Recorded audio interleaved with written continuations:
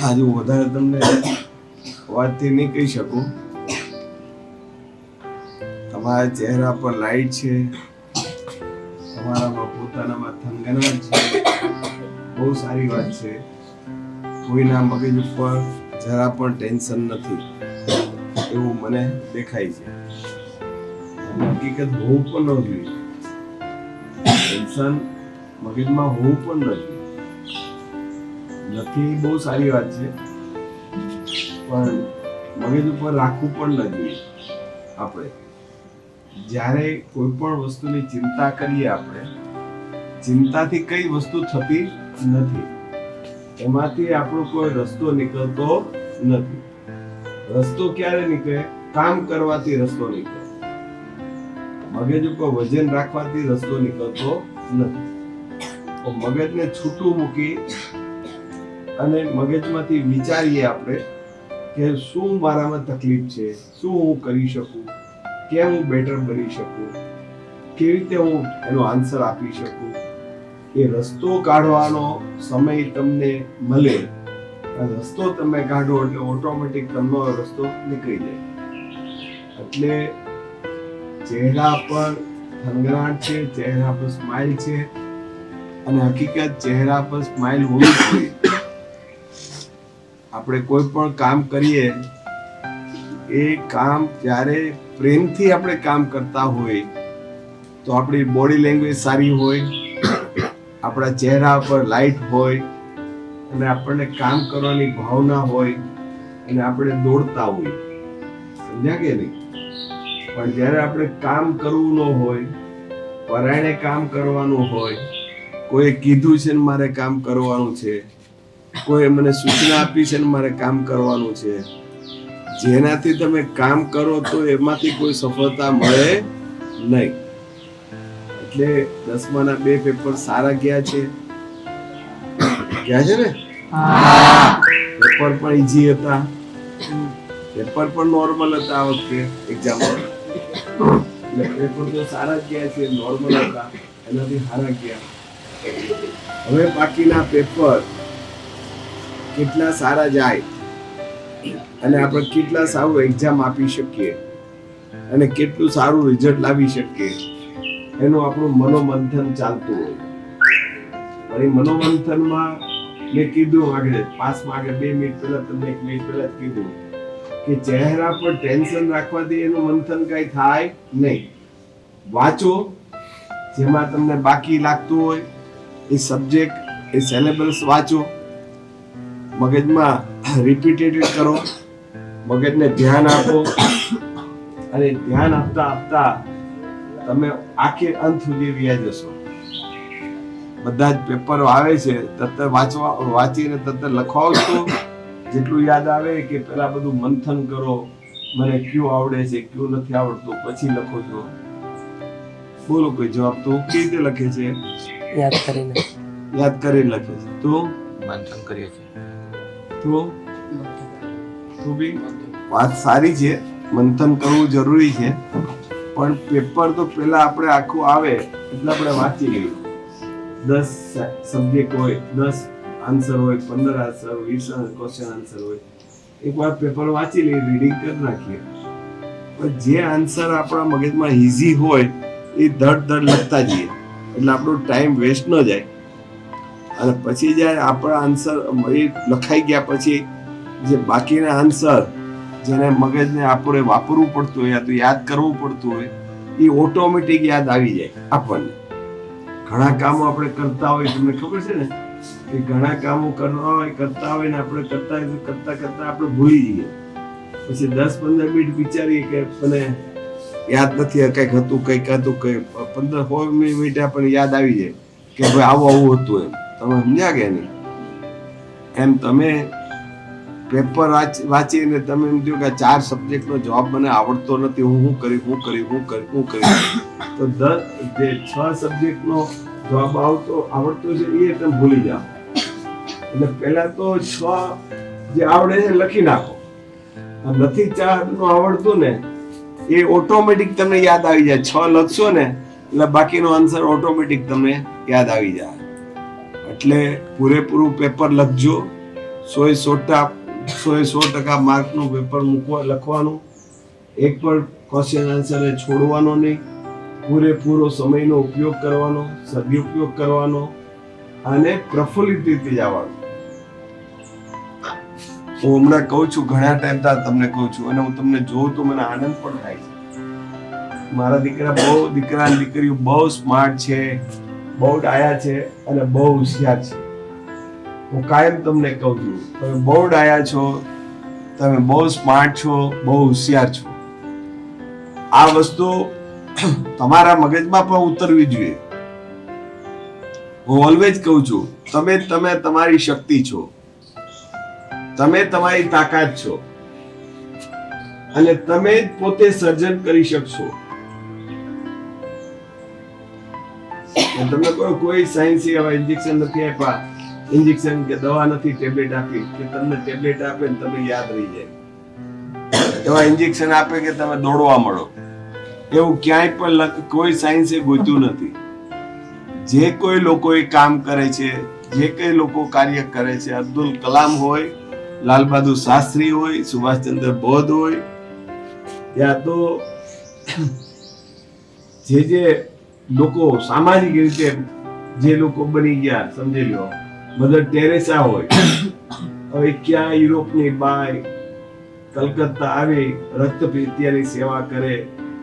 હવે એ બધું એને પોતાની રીતે પોતે ઊભું કર્યું અને એને ગમતો સબ્જેક્ટ મળી ગયો અને એ વ્યક્તિ આગળ વધતી ગઈ.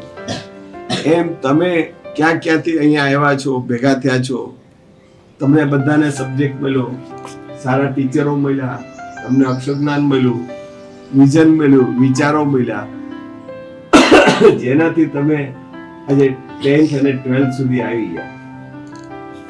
10th અને 12th સુધી આવ્યા પછી તમારી તાકાત તમારી હાથમાં આવી ગઈ. બારે બુદ્ધિ સોએ શાન, બે વસ્તુ તમારી પાસે છે. એટલે તમારી પોતાની તાકાત આવી ગઈ. પોતે ખુદ ગબ્બર બની ગયા, પોતે ખુદ શક્તિશાળી વ્યક્તિ બની ગયા.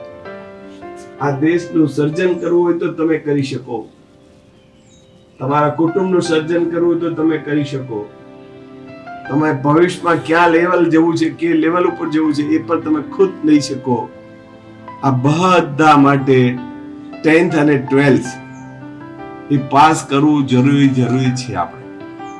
કારણ કે 10th અને 12th એ બે સબ્જેક્ટ એવા છે, એમાં તમે પાસ થાવ તો સારી કોલેજમાં તમે જઈ શકો, સારા સિલેબસ લઈ શકો, સારી જગ્યા પર જઈ શકો. એટલે 10th અને 12th એ બે વસ્તુ આપણે જીવનનો એક મોડ છે, આપણે એક જીવનનો એક સ્ટેન્ડ છે, ત્યાંથી આપણે પરિવર્તન કરી શકીએ. આપણી લાઈફને અપગ્રેડેશન લઈ જવા માટેની આપણું મેઇન જે સ્પોટ છે એ ત્યાં લેવલ ઉપર તમે પહોંચી ગયા છો.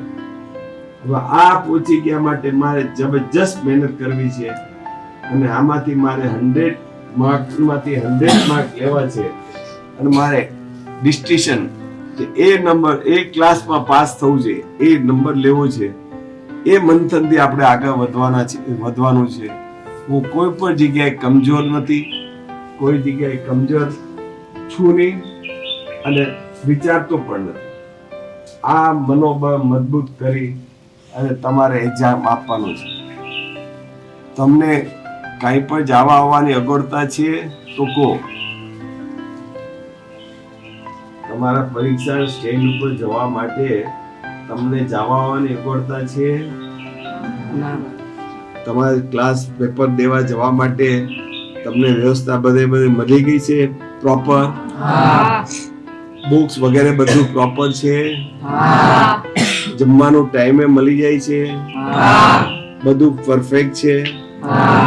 કોઈ તકલીફ હોય તો તમે વાત કરો. હવે ગુરુજનોએ બધી વ્યવસ્થા તમારા માટે સતત ચિંતા કરી છે, બધી વ્યવસ્થા કરી છે. તમારા ગુરુજનોએ 12 મહિના તમને સારી રીતે એક સિલેબસમાં સમજણ આપી છે, ભણાવ્યા છે, વિચારો આપ્યા છે. અને પછી આપણે ક્યાંય ઊણા ઉતરીએ તો શું થાય? ઉતરાય આપણાથી ઊણું? આપણાથી પીછેડ થાય બેટા? થાય પીછેડ? તો આપણે કરીશું પીછેડ?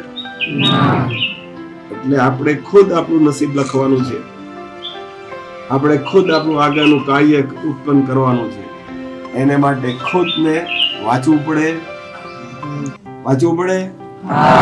ડિસિપ્લિનમાં રહેવું પડે, મગજને પ્રોપર રીતે વાપરવું પડે, ટાઈમે આપણે ઉઠવું પડે, ટાઈમે એક્ઝામ આપવા જવું પડે, અને આપણું જે 2, 2.5, 3 કલાક 4 કલાકનો પ્રોગ્રામ હોય જે આપણને પેપર લખવાનો, એનો 1 મિનિટ યોગ્ય રીતે વાપરવી પડે, તો જ આપણે રિઝલ્ટ લાવી શકીએ. એ આપણે કરશું, પરફેક્ટ કરશું, ફાઇનલ 100%. એટલે આપણે કરશું. આ બધું જો જે કઈ છે ને એ તમે 10 વર્ષ ભણ્યા, કોઈ 12 વર્ષ ભણ્યા, 10 અને 12 જે તમે સમય આપ્યો છે એજ્યુકેશનમાં, અને જે રીતે તમે મહેનત કરી છે, એ સતત મહેનત કર્યા પછી તમારે 4 વર્ષ 5 વર્ષ કોલેજ કરવાના છે, પછી તમારે પ્લેટફોર્મ ઊભું કરવાનું છે, અને પ્લેટફોર્મ ઉપર કર્યા પછી તમારે પોતાનું ફેમિલી, પોતાનો સંસાર માંડવાનો છે, અને તમારે સેટઅપ થવાનું છે, અને ભવિષ્ય માટે તમારે ખુદને આવા જ વાત્સલ્ય ધામ, આવા જ ઇન્સ્ટિટ્યૂટ, આવા જ ગરીબ માણસો જે અગવડતા હોય જેને એને આપણે કેમ મદદ કરી શકીએ, કેમ એનું ધ્યાન રાખી શકીએ, એ બધું જ આપણે કામ કરવાનું છે. કરવાનું છે ને? મહેનત કરવાનું છે. તો આ બધું જ આપણે કામ કરવાનું હોય, અને આ બધું જ કાર્ય આપણે કરવાનું હોય, તો એને આપણે મહેનત કરવી પડે. આપણે કોઈ કાચા રહેવાય. અને મારા હિસાબે હું આ બહેનોના ચહેરા પર જોઉં છું, એક પણ મારી દીકરી નબળી નથી, એક પણ દીકરી મારી ઢીલી નથી, એક પણ દીકરી મારી હું ન કહી શકું આમાં 100માંથી 80 માર્ક આપું કે 90 આપું 95 આપું, બધીને 100% માર્ક આપી શકું એવી મારી દીકરીઓ બધી બેઠી છે. પણ આ બધું હું બાપ છું તમારો, હું તમારા વખાણ કરું, પણ જયારે રિઝલ્ટ આવે અને મને 4ના મોઢા બગડે તો મને એમ થાય મારી દીકરી ને મેં કઈ કમજોર મેં તો મૂકી શક્તિશાળી છે પણ એ કમજોર નીકળી, એવું દુઃખ લાગવા દેવો દાદાને? હા બેટા. એટલે આ બધી જ વસ્તુ તમારા ઉપર છે. બાપ કે દીકરી વચ્ચેનો જે સંબંધ છે એ બેયને મેચ્યોર રહેવું પડે, બેયને સમજીને રહેવું પડે. તમારે તમારા બાપની ઈચ્છા શું છે પૂરી કરવા માટે મદદ કરવી, મહેનત કરવી પડે. તમારા બાપને તમારી ઈચ્છા શું છે, તમે કેવા કેપેબલ બનો, કેવા શક્તિશાળી બનો, એ બાપને પણ વિચારવું પડે. એવા જ મારા દીકરાઓ છે, બધા રાયા જ છે, ચહેરા પર થનગનાટ છે, બધી રીતે ભગવાને એને આપેલું છે, 2 હાથ 2 પગ બધું આપ્યું છે, અને સંસ્થાએ પણ બધું જ તમને આપ્યું છે. તમને પણ સંસ્થાએ બધું જ આપ્યું છે. સંસ્થા તમારા માટે બધું જ કરે છે, ગુરુજનો બધું કરે છે તમારા માટે. હવે તમે કે પીછેહટ કરો તો શું થાય? બોલો, શું થાય? બાપાને લાગે? તમને કઈ કમી આપી છે? બોલો, ગુરુજનો લખાવવામાં કઈ કમી આપી? ખાવા પીવામાં કમી આપી? ટાઈમ આપવામાં કમી આપી? સમજાવવામાં કમી આપી? વિચારોમાં કમી આપી? અચ્છા, ન લ્યો તો કોણ ન લ્યો? કોણ ન લ્યો? કોણ ન લે? ભૂલ કોની થાય? સજા કોને ભોગવવાની? સજા તમારે ભોગવવાની. જો તમે સજા ભોગવવા માટે રેડી હો તો ભૂલ કરો. બોલો, તમારે સજા ભોગવવાની હોય તો તમે ભૂલ કરો. કહેવાનો મારો ભાવાર્થ એ છે, બહુ ઈઝી પેપરો છે, આમાંથી 100 જ માર્ક આપણને મળે. અને આપણે એટલો સમય આપ્યો હોય, આ ગુરુજનોએ એટલું સારું બેસ્ટ વાતાવરણ તમને મળ્યું હોય, એટલું સારું એટમોસ્ફિયર મળ્યું હોય, અને ભગવાને તમને એટલા સુંદર બનાવ્યા હોય, બે હાથ બે પગ, હાલવા ચાલવાની બધી જ વ્યવસ્થા તમને ભગવાને આપી હોય કુદરતે, અને તમને એવી જગ્યા પર મૂકી દીધા હોય કે જ્યાં સ્વર્ગ હોય. આ સ્વર્ગ જેવું વાતાવરણ છે, ઝીરો પ્રદૂષણમાં, એટલી ગ્રીનરી. જો કેટલું ફાઇન પક્ષી બોલે અત્યારે બપોરના 1-2 વાગ્યા ટાઈમે, 2:30 વાગ્યાના ટાઈમે, તો સવારે તો કેટલું ફાઇન બોલતા હશે, તમે વિચાર કરી લો. એટલા સારા પક્ષીઓ વાતાવરણ હોય, એટલું સારું બોલતા હોય, એટલું તમને ફ્રીડમ મળતું હોય, અને એટલો તમને લોકો પ્રેમ આપતા હોય, વાત્સલ્ય આપતા હોય, અને પછી આપણે ક્યાંય ભૂલ કરીએ તો કોણ ભૂલ કરે? થાય ખરી ભૂલ? આપણાથી ભૂલ થાય? આપણે ભૂલ કરીએ તો આપણે મનુષ્ય કહેવાય? જ્યાં પણ તમે જન્મ લીધો હોય, જે મા બાપને કુખે જન્મ લીધો હોય, તમારું જે કઈ વાતાવરણ હોય, એ વાતાવરણ, અને આ વાતાવરણમાં તમને પ્રભુએ 10-20 નો નહીં, 298 એટલે 100% નહીં, 1000% ડિફરન્સ તમને આપી દીધો.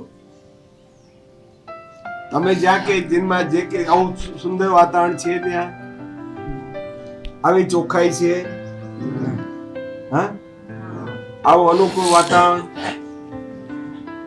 જમવાનું આવું અનુકૂળતા, આટલો પ્રેમ, આટલું વાત્સલ્ય, તમે કલ્પના કરી હતી કે આવું મને?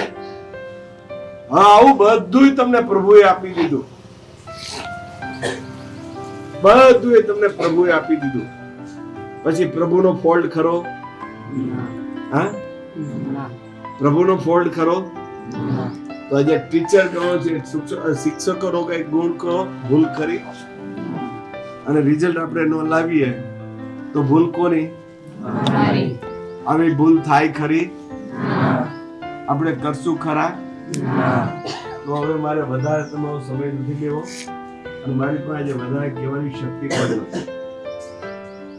હું પણ આવવાની પહેલા તો ઈચ્છા પણ નહોતી થતી, પણ 2 પેપર 10માના ગયા હતા, 12માના બાકી હતા, એટલે મેં કીધું ચાલો 10મા 12મા અડધો કલાક 15-20 મિનિટ એને બેસી આવું, એને હૂફ આપી આવું, પ્રેમ આપી આવું, સમજણ આપી આવું, અને એની લાઈફ કેમ બેસ્ટ બને, કેટલી સારી બને, અને કેમ એ બાળકો શક્તિશાળી બને, એ માટેની મારી ફરજ છે એ હું અદા કરું. એટલે હું આવ્યો છું. મેં મારી ફરજ અદા કરી છે, એમ તમે ગુરુ દક્ષિણામાં તમારા ગુરુજનોને 100% રિઝલ્ટ આપી, અને સારામાં સારા ટકે પાસ થઈ, અને તમારા ગુરુજનોને તમે આવીને પગે લાગો, એનો આશીર્વાદ લો, અને તમારું જીવન બેસ્ટ અને બેસ્ટ જ રહે, અને બેસ્ટ બને. આ દેશનો નાગરિક છો તમે. આ દેશ માટે આપણે કેટલું સારું કરી શકીએ, કેટલું સારું થઈ શકે, અને આપણે કેમ આગળ વધારી શકીએ. અમે અમારે તો પેલા 2 વસ્તુની પ્રતિજ્ઞા લેવી જોઈએ કે અમે જે હતા, અગર તો અમને જેવી તકલીફ પડી હતી એવી અમારા ભારત દેશના અમારા ભાઈ બંધુને ન પડે, એવી તકલીફ ન પડે, એના માટે અમે બેસ્ટ કામ કરશું. અમને જે તકલીફ હતી, અમને જે કઈ પ્રશ્ન હતો, એ પ્રશ્નનો ભગવાને અમને નિકાલ કરી દીધો. પણ અમારી જેવા અનેક લોકો જે છે એનો પ્રશ્ન હલ કરવા માટે અમને ભગવાન શક્તિ આપે.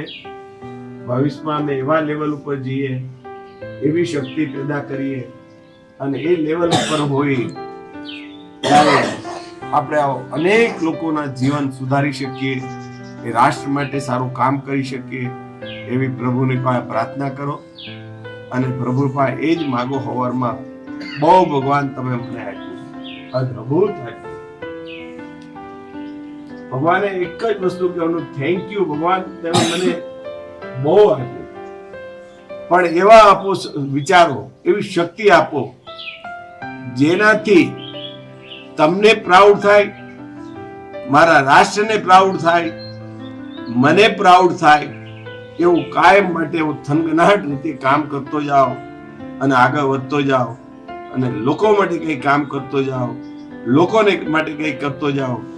એવું મારું જીવન જાય, એવી મને પ્રભુ શક્તિ આપે અને એવું મને આપો, એવું ભગવાનને પામ આપે. ભગવાનને દરરોજ કહો થેન્ક યુ. મને 2 હાથ આપ્યા, 2 પગ આપ્યા, મને વિચારવાની શક્તિ આપી, સારું એજ્યુકેશન કરવા માટે સારી વ્યવસ્થામાં મને પહોંચાડ્યા.